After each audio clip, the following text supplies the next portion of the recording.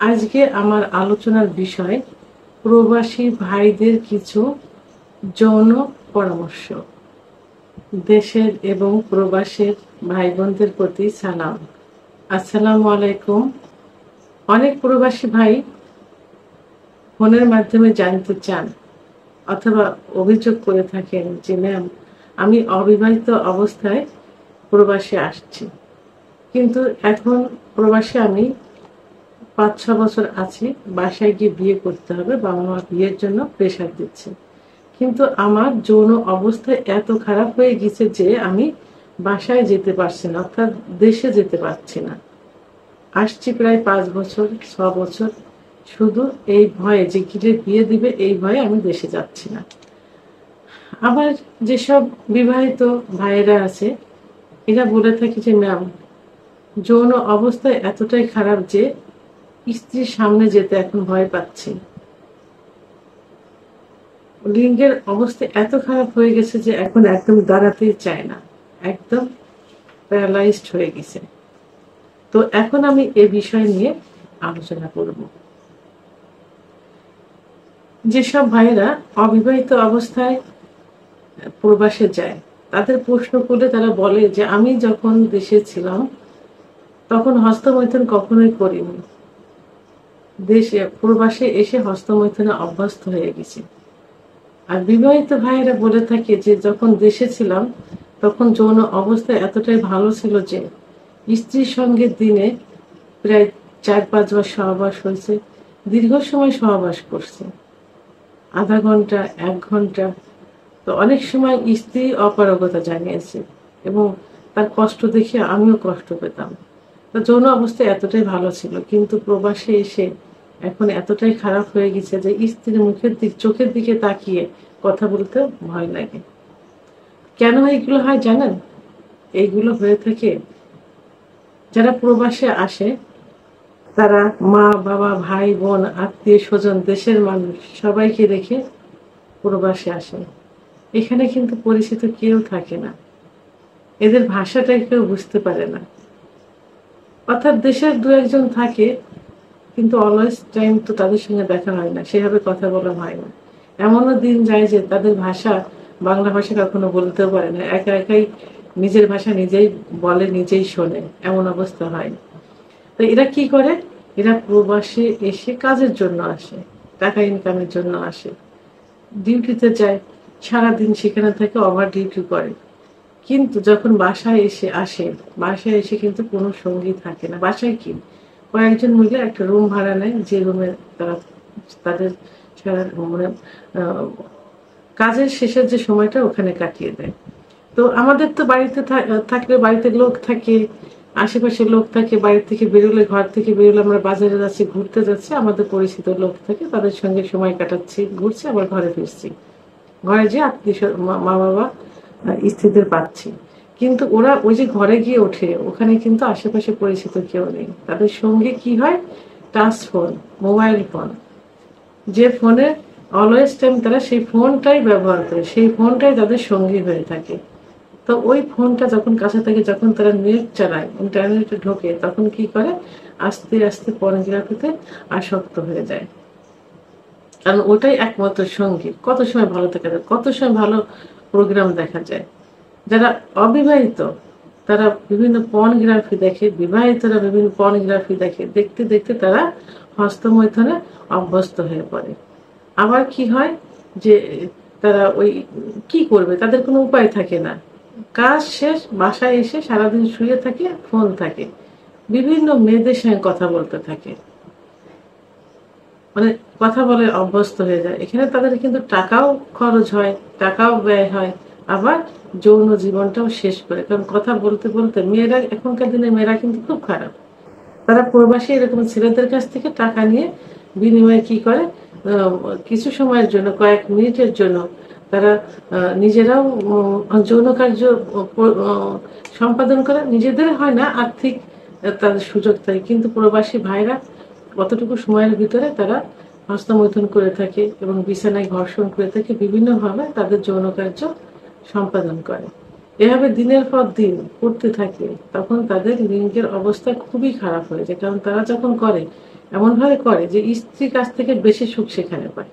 আবার প্রবাসী ভাইয়েরা যাদের স্ত্রী আছে, স্ত্রীর সঙ্গে যখন কথা বলে তখন তারা আসলে বুঝে করুক আর না বুঝে করুক আর এমনিতেই হয়ে যায়, তারা সেক্সুয়াল বিভিন্ন অঙ্গ থাকে যে অঙ্গগুলো স্ত্রীও দেখে স্বামীও দেখে। তখন স্বামী কি করে, হস্তমৈথুন করে, এদিকে স্ত্রী হস্তমৈথুন করে, কিন্তু স্ত্রী মেয়েদের সেক্স একটু বেশি থাকে, লুকাইতে থাকে কিন্তু একটু বেশি থাকে। তখন হস্তমৈথুনে তাদের সেভাবে যৌন কার্য তাদের তৃপ্তি মিটাতে পারে না, তখন তারা বিভিন্ন পরকীয়ায় লিপ্ত হয়। এমনকি দেখা যায় শ্বশুরের সঙ্গে করছে, দেবরের সঙ্গে করছে, প্রতিবেশীদের সঙ্গে করছে। আর প্রবাসী ভাইরা কি করে, টাকার বিনিময়ে চলে যায় বাইরে, কিছু মেয়ে থাকে মেয়েদের কাছে যায়, ওখানে গিয়ে আর বিদেশে যে মেয়েরা থাকে ওরা কিন্তু সরাসরি জনিপথ দিয়ে যৌন কার্য পরিচালনার থেকে তারা মুখ দিয়ে রেকটাম পায়ুপথ দিয়ে এবং তারা বিভিন্নভাবে তাদের নিজেরা এটা করে না, টাকার বিনিময়ে তাদেরকে যৌন কাজে সম্পাদন করে দেয়। তো এইভাবে বিভিন্নভাবে করতে করতে কি হয়, তাদের সেক্সুয়াল লাইফটা একেবারে শেষ হয়ে যায়, বিবাহিত ছেলেদের অবিবাহিত ছেলেদের। প্রতিদিন একই কাজ হচ্ছে, এমনও শোনা যায় যে তারা দিনে 3, 4 বার 5 বার পর্যন্ত হস্তমৈথুন করে থাকে। তো একাধিকবার যদি এভাবে হস্তমৈথুন করতে থাকে তাহলে লিঙ্গে যে শিরাগুলো থাকে সংকুচিত হয়ে যায়, আর বিছানায় ঘর্ষণ দিয়ে করলে লিঙ্গের গোড়ায় শিরাগুলো ঝুলে যায়, অনেক সময় ছিঁড়ে যায়, তখন লিঙ্গ আস্তে আস্তে ছোট হয়ে যায়, চিকন হয়ে যায়। আবার অনেকে সমকামিতা করে, অর্থাৎ পুরুষে পুরুষে যৌন কার্য পরিচালনা করে। তা পুরুষ সমকামিতা করলে কি হয়, সমকামিতা করলে পুরুষাঙ্গ একদম ধনুকের মতো বাঁকা হয়ে যায়। অনেক সময় দেখা যায় যে ওখানে একটা গ্লিট তৈরি হয়, যে গ্লিটে অনেক সময় অপারেশন করতে হয়। সার্জারি করলে লিঙ্গ কিন্তু একেবারে অকেজ হয়ে যায়, কারণ যে কোনো একটা সূক্ষ্ম ওখানে শিরা কেটে গেলে আর ব্লাড সার্কুলেশন কমে গেল একদম অকেজ হয়ে যাবে। তো এভাবে তারা তাদের যৌন জীবনটা শেষ করে। তো এখন কি করতে হবে, এখন প্রবাসী ভাইদের উদ্দেশ্যে আমি এটাই বলবো যে আপনারা একটু ধৈর্য ধরেন, কারণ আপনার টাকা ইনকাম করতে গেছেন ওখানে, পরিবার পরিজনদের রেখে অনেক কষ্ট করছেন, অনেক, একটু কষ্ট করে একটু ধৈর্য ধরে নিজের মনকে একটু কন্ট্রোল করে একটু ফ্রেশ থাকার চেষ্টা করেন। স্ত্রীর সঙ্গে যখন কথা বলবেন তখন এমন কোনো অঙ্গ স্ত্রীকে দেখাবেন না, আপনি দেখবেন না, যেন দুজনের ভিতরে কামভাব চলে না আসে। আর সর্বোপরি প্রথমে আপনার বিদেশ গিয়ে যদি আপনারা মুসলমান হয়ে থাকেন তাহলে 5 ওয়াক্ত নামাজ পড়ার চেষ্টা করবেন। এবং যখন বিদেশে যাবেন স্ত্রীকেও সেভাবে প্রস্তুত করে রেখে যাবেন, নামাজের দিকে ধাবিত করবেন, বোরখা আবৃত অবস্থায় থাকার চেষ্টা করে যাবেন। আপনি ওখানে গিয়ে 5 ওয়াক্ত নামাজ পড়বেন, রোজা রাখার চেষ্টা করবেন, পাক পবিত্র অবস্থায় থাকবেন, দেখবেন এই সমস্ত কাজ থেকে দূরে থাকা যাবে, নিজের মন কন্ট্রোল হয়ে যাবে। বিদেশে যখনই যাবেন তখন এই কাজটা আপনারা করবেন। আর যারা বিধর্মী থাকবে তারা তাদের নিজের ধর্ম পালন করবে, নিজের ধর্মের রীতিনীতি মেনে চলবে, তাহলেই কিন্তু যথেষ্ট।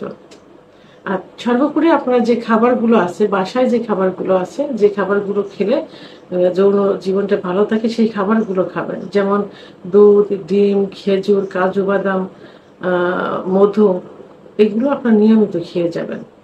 আর যখন দেশে যাবেন, যখন দেখবেন যে এই সমস্যাগুলো হচ্ছে, তখন আপনারা স্থায়ী চিকিৎসা নেবেন। দেশে যাওয়ার আগে যদি পারেন তাহলে দেশের থেকে ওষুধপত্র এনে খাবেন। যেমন অন টাইম কোনো ওষুধ খাওয়া যাবে না। আপনি এখন কিছু কিছু কিছু না কিছু চিকিৎসা যাদের আসলে ওষুধ নেই তারা কি দেবে, অন টাইম কিছু ট্যাবলেট দেয় যেটা তাদের ওষুধ হিসাবে তারা আসলে চালায়। যে কদিন খাবেন ভালো থাকবেন, তার যে খাওয়া বন্ধ করে দিবেন, আপনার কিডনি ড্যামেজ হয়ে যায়।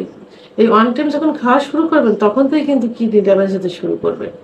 তো সর্বোপরি কিডনি ড্যামেজ হবে, অন টাইমে কাজ করবে না, পারফেক্ট যখন ওষুধ খাবেন কাজ করবে না। এই জন্য একমাত্র পারফেক্ট ওষুধ হোমিওপ্যাথি এবং আয়ুর্বেদিক। তো হোমিওপ্যাথি ওষুধ খাওয়ার চেষ্টা করবেন বাড়ি যাওয়ার আগে, অথবা যখনই সমস্যা মনে হবে আপনারা যেখানে মানে ম্যানেজ করার চেষ্টা করবেন। আর দেশে গিয়ে পারফেক্ট হোমিওপ্যাথি চিকিৎসা নেবেন এবং প্রাকৃতিক যে খাবারগুলো সেই খাবারগুলো আপনারা নিয়মিত খাওয়ার চেষ্টা করবেন। সকালে রাত্রে স্ত্রীকে বলবেন, স্ত্রীর সহযোগিতায় যে খাবারগুলো বললাম, দুধ, ডিম, খেজুর, কাজু বাদাম এবং মধু, কলা, এইগুলো একটু নিয়মিত খেয়ে যাবেন। পর্যাপ্ত ক্যালোরি আছে এটাতে, তাহলে আপনার সেক্সুয়াল লাইফটা আস্তে আস্তে ভালো হতে থাকবে। আর পারফেক্ট চিকিৎসা নিতে থাকবেন, দেখবেন যতটুকু সমস্যা আছে ঠিক হয়ে যাবে। যখন সেক্সুয়াল প্রোগ্রেস হয়ে যাবে, অর্থাৎ সেক্সটা ভালো হয়ে যাবে, তখন স্ত্রী সহবাস একটু নিয়মিত করবেন, খাবার দাবার ঠিক মতো করবেন, শরীরে ক্যালোরি উৎপন্ন হবে, শরীর ভালো থাকবে। তখন কি করবেন, নিয়মিত একটু সহবাস করবেন। রাত্রে যদি 2-3 বার সহবাস করেন, সকালে দেখবেন আপনার পুরুষাঙ্গ শক্ত অবস্থায় আছে। অর্থাৎ শরীরে সামর্থ্য থাকলে, ভালো থাকলে 2-3 বার সহবাস করবেন, আপনার লিঙ্গটাও ডেভেলপ হয়ে যাবে, সেক্সুয়াল লাইফটাও ভালো হয়ে যাবে। তার প্রবাসী ভাইদের উদ্দেশ্যে আমার একটি কথা, আপনার নিজেকে কন্ট্রোল করার চেষ্টা করেন, ফ্যামিলির দিকে তাকিয়ে অযথা টাকা খরচ করবেন না, প্রবাসে গিয়ে পুরো আপনার যৌন জীবনটা নষ্ট করবেন না। আপনার ওয়াইফ আপনার মুখের দিকে তাকিয়ে আছে, আর যারা বিয়ে করেননি, বিয়ে করতে যাবেন নবাগত যে স্ত্রী আসবে, সেও আপনার দিকে তাকিয়ে আছে। অন্যের জীবন সঙ্গিনী অর্থাৎ স্ত্রী জীবন চাওয়া পাওয়া নষ্ট করার কোনো অধিকার আপনার নেই, কারণ আল্লাহর কাছ থেকে আপনি চেয়ে নিছেন, চেয়ে নিবেন। এ কথায় বিচার বিশ্লেষণ করে আপনার নিজেকে কন্ট্রোল রেখে সৎ পথে থাকার চেষ্টা করবেন, এবং প্রাকৃতিক যে খাবার, যে খাবারে আপনার যৌন জীবন ভালো থাকবে, সেই খাবারগুলো খেয়ে যাবেন। আমার ভিডিওটি সম্পর্কে যদি কোনো মতামত থেকে থাকে, অবশ্যই কমেন্টসের মাধ্যমে জানাবেন। ভিডিওটি ভালো লাগলে লাইক, কমেন্ট, সাবস্ক্রাইব করে আমার সঙ্গে থাকুন। আল্লাহ হাফেজ।